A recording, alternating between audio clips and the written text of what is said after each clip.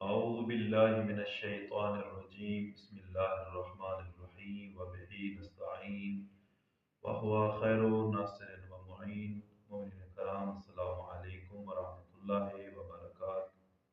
آج کل مومنین کے بہت سارے سوالات آ رہے ہیں کہ فطرہ کب واجب ہوتا ہے، فطرے کو کب نکالنا ہوتا ہے اور کن کن افراد کے اوپر فطرہ واجب ہوتا ہے۔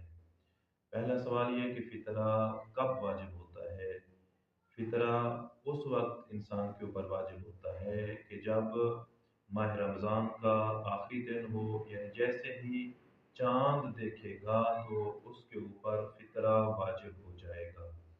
اور فطرے کے نکالنے کا وقت انسان ماہ رمضان میں کسی وقت بھی نکال سکتا ہے، لیکن جیسے ہی چاند دیکھے گا، کیونکہ واجب اس وقت ہونا ہے تو انسان کو اس وقت فطرے کی نیت کرنا بھی ضروری ہوگی، اس وقت فطرے کی نیت کر سکتا ہے۔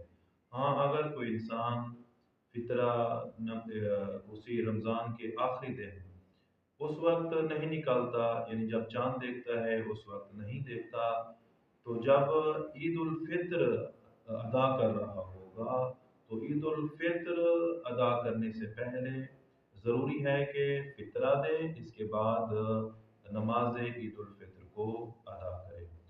دوسرا سوال، کن افراد کے اوپر یہ فطرہ واجب ہوتا ہے؟ جو لوگ بالغ ہوں، عاقل ہوں اور بے ہوش نہ ہوں، اور تیسرا یہ ہے کہ فقیر نہ ہو، اور جو انسان کفیل ہے گھر کا، یعنی جو گھر کی کفالت کر رہا ہے، اس کے اوپر جتنے اس کی کفالت میں لوگ آتے ہیں، یعنی اس کے بچے، چاہے وہ شادی شدہ ہی کیوں نہ ہوں، لیکن اگر اس کی کفالت میں آتے ہیں، جس طرح ہمارے ہاں جوائنٹ فیملی ہوتی ہے کہ شادی شدہ بچے بھی اس مرد کی کفالت میں ہوتے ہیں، اور جتنے تقریباً اس کے بچے ہوتے ہیں، چاہے شادی شدہ ہوں چاہے غیر شادی شدہ ہوں، تو وہ اس کی کفالت میں آتے ہیں۔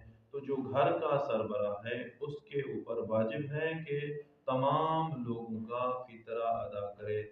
فطرہ جیسے نماز واجب ہوتی ہے، اسی طرح فطرہ ادا کرنا بھی واجب ہوتا ہے۔ السلام علیکم ورحمۃ اللہ وبرکاتہ۔